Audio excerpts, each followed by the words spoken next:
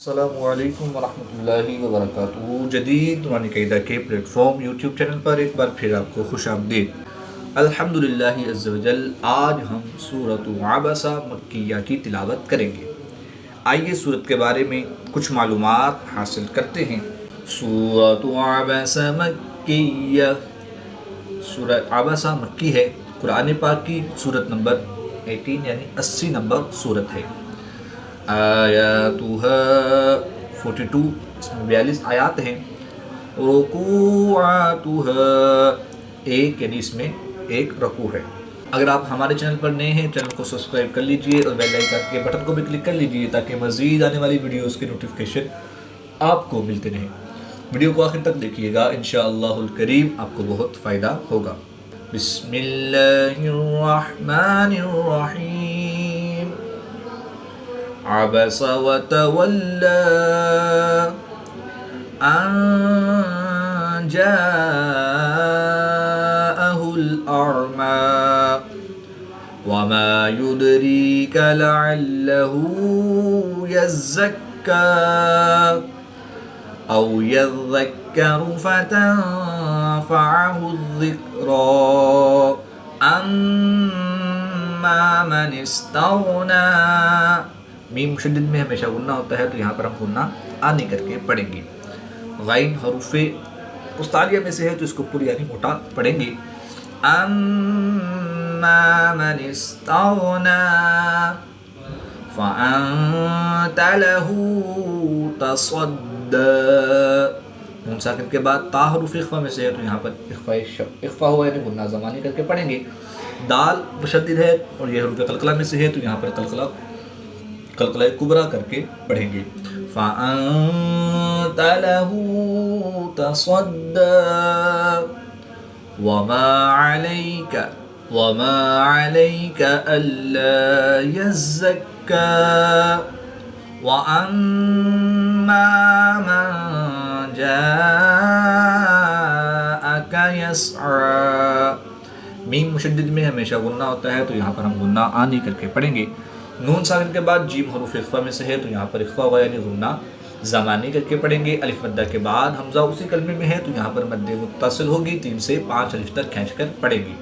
کھڑی زبر کو وقف کی حالت میں تبدیل نہیں کریں گے، بلکہ ایک الف ان 2 حرکات کے برابر ہی کھینچ کر پڑھیں گے۔ وَأَمَّا مَنْ جَاءَكَ يَسْعَى وَهُوَ يَخْشَى فَأَنْتَ عَنْهُ تَلَهَّى كَلَّا إِنَّهَا تَذْكِرَةٌ۔ گولتا کو وقف کی حالت میں ہاں ساکن سے تبدیل کر کے پڑھیں گے۔ كَلَّا إِنَّهَا تَذْكِرَةٌ فَمَنْ شَاءَ ذَكَرَهُ فی صحف مکرمہ۔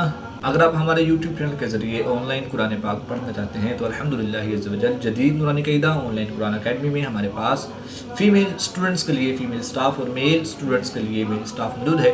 اسکرین پہ دیے گئے نمبرز پر رابطہ فرمائیں، انشاءاللہ الکریم بہت ہی عمدہ انداز میں تجوید و قرات کے مطابق قرآن پاک کی تعلیم سے آپ کو مستفیض کیا جائے گا۔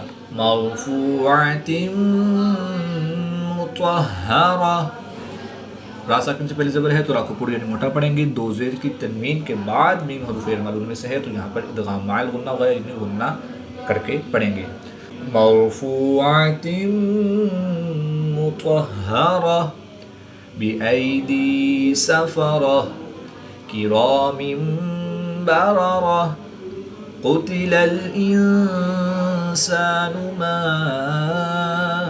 اکفرہ من ای شیء خلقہ من نطفہ خلقہ من نطفہ خلقہ فقدرہ۔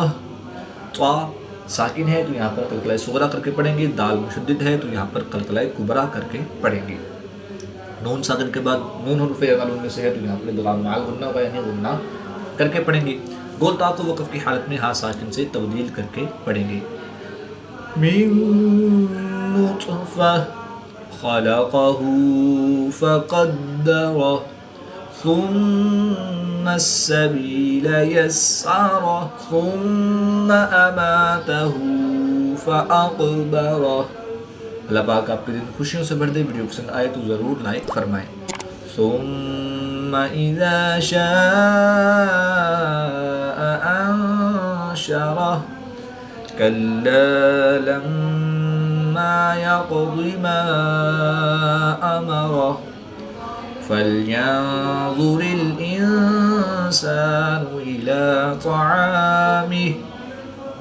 نون ساکن کے بعد ظاہر حروف اخفا میں سے ہے تو یہاں پر اخفا ہوا یعنی غنہ زمانی کر کے پڑھیں گے. ظاہر حروف مستعلیہ میں سے ہے تو اس کو پورا یعنی موٹا پڑھیں گے. نون ساکن کے بعد سین حروف اخفا میں سے ہے تو یہاں پر اخفا ہوا یعنی غنہ زمانی کر کے پڑھیں گے. فَلْيَنظُرِ الْإِنسَانُ إِلَىٰ طَعَامِهِ. کمنٹ کر کے میرا رہنمائی دیجیے. اللہ پاک آپ کو جزائے خیر عطا فرمائے. أَنَّا صَبَبْنَا الْمَاءَ صَبًّا ثُمَّ شَقَقْنَا الْأَرْضَ شَقًّا فَأَنبَتْنَا فِيهَا حَبًّا. قاف حروف قلقلہ میں سے ہے اور جب حروف قلقلہ مشدد ہو تو ان میں قلقلہ خوب جماع کے ساتھ کرتے ہیں. دو زبر کی تنوین کو وقف کی حالت میں الف مدہ سے تبدیل کر کے پڑھیں گے. وقف کی حالت میں تشدید کو باقی رکھیں گے.